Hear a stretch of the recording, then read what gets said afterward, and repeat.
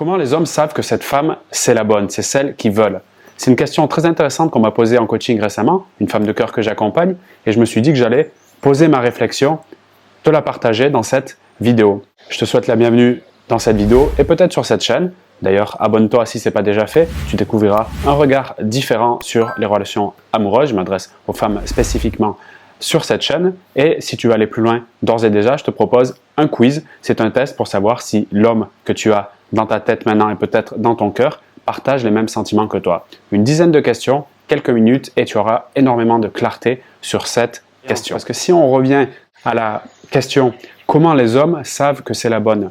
Ça sous-entend une croyance très ancrée qui dit qu'il doit y avoir l'élu, une seule femme, celle qui compte et qui va changer ma vie. Pour certains hommes, peut-être l'ont-ils cru au départ et ont eu des désillusions, et d'ailleurs c'est pareil pour les femmes, et se retrouvent à un moment donné à dire j'y crois plus tout simplement à ce concept de il y a une seule femme pour moi et je vais être toute ma vie avec elle et fonder une famille. Certains hommes qui ont une désillusion se retrouvent à dire même je suis déçu par la nature féminine.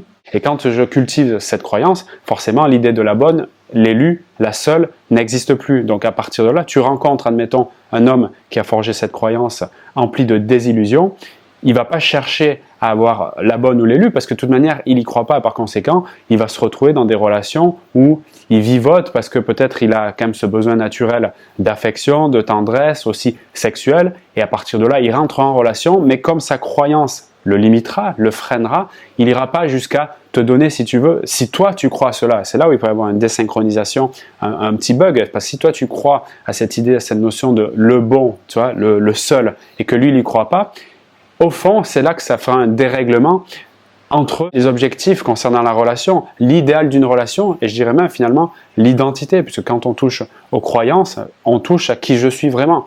Et ça, c'est quelque chose qui peut être parfois désastreux si je vais lutter pour me dire c'est lui qui doit me choisir, il doit m'avoir, alors que lui dans sa tête il se dit mais moi je ne cherche pas à choisir une femme, je veux juste vivre la vie et voir ce que ça donne et faire un bout de chemin avec telle ou telle femme, mais pas dans l'idée de c'est celle-ci toute ma vie. Je trouve que c'est intéressant de le voir de ce point de vue-là en se disant on est quelque part dans un conflit de croyances dès le départ sans même nous en rendre compte, puisque ce sont des croyances ancrées et donc non conscientes qui sont bien logées au fond de notre inconscient. Donc, justement, nous n'avons pas accès au niveau conscient. C'est pour ça que peut-être ce type de vidéo peut te permettre d'avoir un déclic, surtout quand tu penses à ta relation avec cet homme. Pose-toi cette question finalement, et c'est une vraie conversation d'ailleurs à avoir, je trouve, dès les débuts de la relation. Quand tu penses à une relation, quand tu penses à une femme, qu'est-ce que ça t'évoque? Dis-moi un peu, parce que là, ça va faire justement émerger, ça va faire remonter à la surface ses croyances profondes et tu verras s'il partage ta vision de la relation. Et en général, un signe indicateur qu'il partage ta vision des relations, c'est que c'est fluide. Vos échanges, ça coule comme de l'eau de source, j'ai envie de dire. Et tu le ressens parce qu'il n'y a pas d'accro, il n'y a pas de bug, de court-circuit. Ça marche plutôt bien parce que nous pensons, nous voyons la relation de la même façon. Tout comme deux oiseaux blessés qui se rencontrent et entrent en relation un peu en marchant, tu sais, sur des œufs, en se mettant sur la réserve, en ne partageant pas trop les intentions, les besoins, les sentiments. Ça fait deux personnes qui, au fond, veulent la même chose, qui ont finalement cette similitude en termes de but, mais qui se séparent malheureusement ou ne vont pas plus loin dans la relation parce que la peur de la souffrance est tellement forte que je n'ose pas entrer plus, je n'ose pas me mouiller comme si j'allais dans une piscine. Je trouve que l'eau, elle est froide avant de l'avoir goûtée et je rentre même pas dedans. Alors que peut-être, si je commence à mettre les orteils, les tibias, les mollets, les cuisses, je m'aperçois que finalement, au bout de quelques instants, ça va, je me sens en sécurité, je me sens bien et je peux finalement mettre la tête sous l'eau, comme dans cette relation. Je reviens sur cette question, comment les hommes savent que c'est la bonne? Donc on a vu déjà, il faut revenir à la croyance, qui est partagée ou non.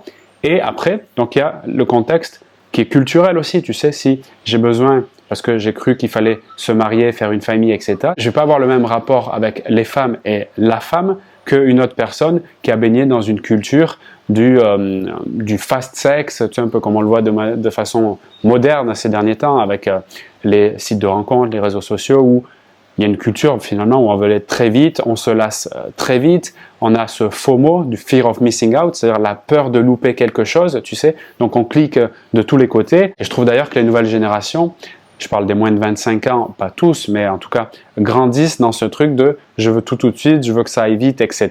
Et donc, par conséquent, si ça ne me convient pas, je jette. C'est un peu la culture du next. Et cette culture un peu de l'homme ou la femme jetable éloigne encore une fois le fondamental, c'est-à-dire le lien et l'envie d'aimer et d'être aimé et de me sécuriser.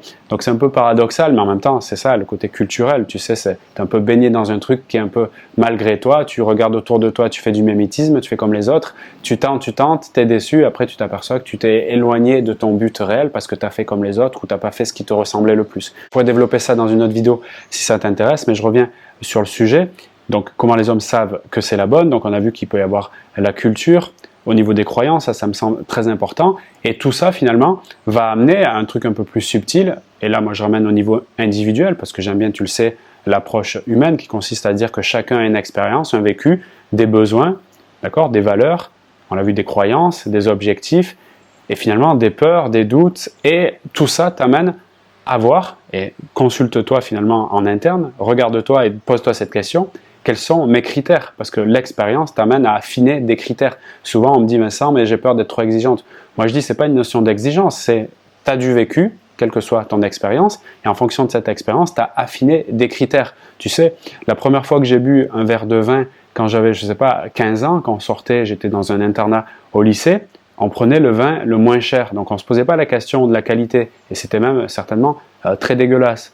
Et on le buvait et on rigolait. Et plus tard, j'ai commencé à me dire, tiens, c'est vrai que au fond, il y a quelque chose que j'aime bien dans le vin, le goût, il y a des subtilités, des nuances, et j'ai développé cela. Je ne suis pas du tout un expert, mais c'est pour te dire, et c'est pour m'en servir surtout d'exemple, que plus tard, quand tu grandis dans un domaine, tu as des critères nouveaux qui font que tu vas améliorer la qualité, et donc au fond ton exigence, ce qui t'amène à être dans ton choix, effectivement, de limiter les possibilités. Tu filtres. Grâce à ce filtre, eh bien, tu te rapproches de ce que tu veux vraiment et de ce qui te parle le plus. Et c'est ça l'idée, finalement, de l'expérience, de la maturité. C'est d'avoir plus de discernement, de connaissance, de conscience et donc te rapprocher de ce qui colle le plus avec toi. Donc, je pense qu'il ne faut pas se culpabiliser d'être exigeant ou se sentir mal. Au contraire, je pense qu'on doit être fier d'avoir des critères plus affinés et de chercher à obtenir ce qui nous parle le plus, ce qui nous fait le plus de bien. Alors, bien sûr, on peut tomber dans l'excès de ça, mais là, ça veut dire qu'il y a des troubles derrière, de l'idéalisation, et finalement,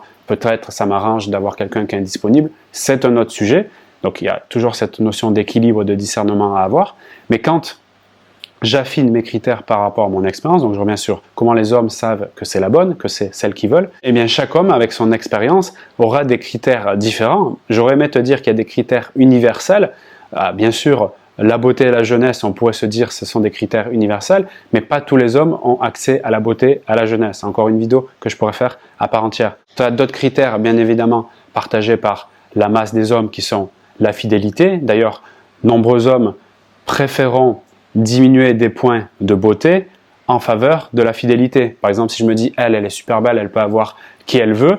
Si j'ai pas une grande estime ou une grande confiance ou si je me sens tout simplement pas à la hauteur, je préférerais diminuer, entre guillemets, la qualité de la beauté ou la santé de la femme au profit, parce que c'est une croyance que je peux avoir, de sa fidélité, de sa loyauté, parce que c'est plus important pour moi qu'elle me soit fidèle plutôt que ça soit la plus belle du monde. Donc ça peut être, tu vois, un champ de critères. Je te dis ça parce que c'est quelque chose qui, à mon avis, est très partagé par les hommes. Mais la liste des critères, elle peut être très très longue. Encore une fois, elle dépend de l'expérience de l'homme. Si, je disais loyauté, fidélité, pour revenir sur cet exemple, s'il a été trompé plusieurs fois, je ne vais pas employer ces termes s'il a été trompé, parce que je ne crois pas qu'on peut être trompé, mais s'il a été avec une femme qui avait une relation exclusive et qui a décidé de sortir avec un autre homme, à ce moment-là, il a pu souffrir de trahison. Et c'est sûr que s'il nourrit une blessure de trahison, ça sera plus, s'il veut vraiment revenir en relation avec une femme, il choisira, je pense, une femme qui a un potentiel de trahison le moins élevé possible. Il va se dire,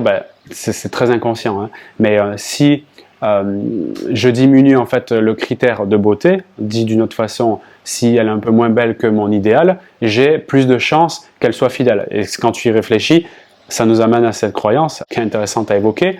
Si elle est belle, le risque d'infidélité est élevé. Donc si elle est moins belle, ça ne veut pas dire qu'elle est moche, mais si elle est moins belle par rapport à mon idéal, chacun a son idéal, eh bien, la possibilité qu'elle voie un autre homme diminue. Ça c'est rigolo de le voir comme ça. Je t'invite en zone commentaire à me partager ton avis sur la question. Donc je pourrais dresser la liste de critères encore plus longue, mais le point que je veux que tu retiennes par rapport à ça, c'est que chaque homme, tout comme chaque femme, de façon individuelle, a des critères qui lui sont propres en fonction de son expérience. Les miens, par exemple, sont certainement différents de quelques hommes qui vont regarder cette vidéo. D'ailleurs, vous pouvez me le dire aussi en commentaire et nous préciser, si vous êtes d'accord, quels sont les critères ou les éléments qui font que vous savez que c'est la bonne. Et d'ailleurs, je vais te laisser sur ça. Je te remercie pour ton attention. Si j'ai des compléments à partager, je le ferai soit dans la zone commentaire ou dans une autre vidéo. Si tu veux que je parle d'un sujet d'ailleurs en particulier en vidéo, tu peux me le faire savoir également en zone commentaire. Je te rappelle avant de partir de cette vidéo que si tu veux découvrir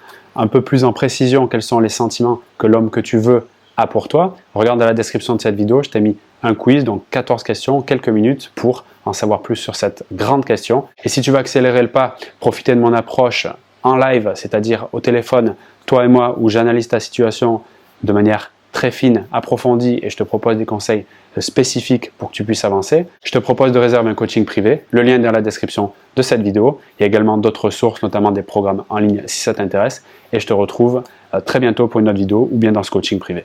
Salut à toi.